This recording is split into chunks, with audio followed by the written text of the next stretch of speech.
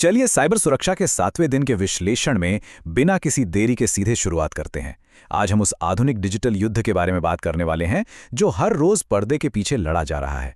मेरा मतलब है रेड और ब्लू टीम्स की आपस में चलने वाली वो टक्कर जो हमारी इस पूरी डिजिटल दुनिया को बचाकर रखती है। सच कहूं तो जब भी हैकर शब्द सुनाई देता है, दिमाग में सबसे पहले किसी अपराधी की ही छवि बनती है ना?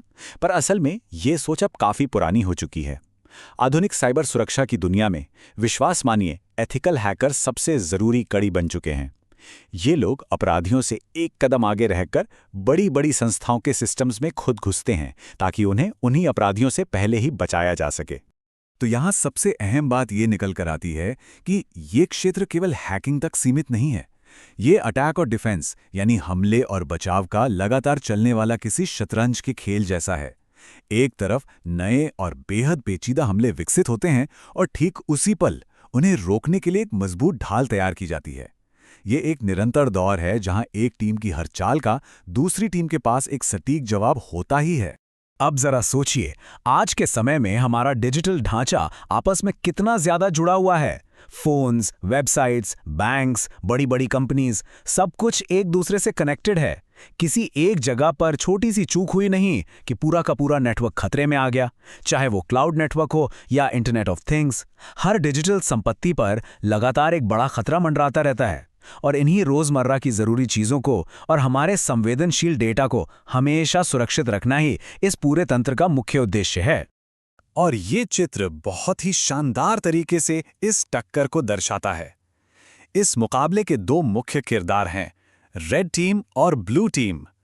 रेड टीम का रवैया पूरी तरह आक्रामक होता है, बिल्कुल किसी असली अटैकर की तरह। ये लोग लगातार पेनिट्रेशन टेस्टिंग करके सिस्टम की सबसे गहरी कमजोरियां ढूंढते हैं। वहीं दूसरी तरफ हमारी ब्लू टीम है, जो किसी अटूट रक्षक की तरह खड़ी रहती है। इनका काम है नेटवर्क की लगातार निगरानी करना, थ्रेट हंटिंग करना और किसी भी अनजान गतिविधि को तुरंत पहचान कर उसे वहीं बेअसर कर देना। लेकिन रुकिए, कहानी यहां खत्म नहीं होती। पहले क्या होता था ना कि अटैक और डिफेंस टीम्स आपस में जानकारी साझा नहीं करती थीं, जिससे सुरक्षा में दरारें रह जाती थीं। और ठीक यहां पर पर्पल टीम की सबसे ज्यादा जरूरत पड़ती है। ये एक विशेष ग्रुप है, एक ऐसी कड़ी जो रेड और ब्लू टीम के बीच बेहतरीन तालमेल बिठाती है। ये सुनिश्चित करती है कि दोनों टीम्स के अनुभव आपस में मिलें ताकि आक्रमण और बचाव की रणनीतियां एक दूसरे के अनुरूप काम करें और एक अभेद्य सुरक्षा चक्र बन सके। चलिए अब देखते हैं कि ये सारी थियरी असली दुनिया में कैसे आगे बढ़ती है। मान लीजिए किसी कंपनी की वेबसाइट पर हमला होने वाला है, तो हमला होने से पहले ही रेड टीम एक निश्चित प्लान के तहत एक सिम्युलेटेड अटैक करती है ताकि सर्वर की कमियों पकड़ी जा सकें। जैसे ही उन्हें कोई रास्ता मिलता है, ब्लू टीम तुरंत एक्शन में आती है, उस अटैक के तरीके का विश्लेषण करती है और उस दरवाजे को हमेशा के लिए बंद कर देती है। ये आपस का जो तालमेल है ना, यही वो लगातार चलने वाली प्रक्रिया है जो संस्थाओं को करोड़ों के डेटा ब्रीच से बचा लेती है। अब इस आंकड़े में जो सबसे दिलचस्प बात है ना, वो ये है कि साइबर सुरक्षा उद्योग में इस वक्त लाखों अवसर मौजूद हैं।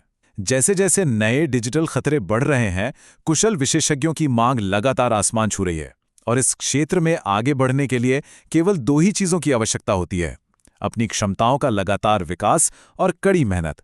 क्योंकि ये एक ऐसा क्षेत्र है जो हर रोज बदल रहा है, इसलिए नए खतरों के हिसाब से खुद को लगातार अपडेट रखना बिल्कुल जरूरी है।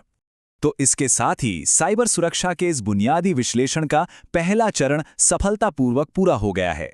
बहुत बहुत बधाई हो। अगर आप आगे का विश्लेषण देखना चाहते हैं तो अभी कमेंट्स में साइबर जरूर लिखिएगा। और हाँ, जाने से पहले इस सवाल पर सोचिएगा जरूर, जब इंटरनेट की दुनिया में हर गुजरते सेकंड नए खतरे पैदा हो रहे हैं, तो क्या आने वाले कल में हमारा डिजिटल डिफेंस उतना ही मजबूत रह पाएगा? ये एक ऐसा विषय है जिस पर सच में बहुत गहराई से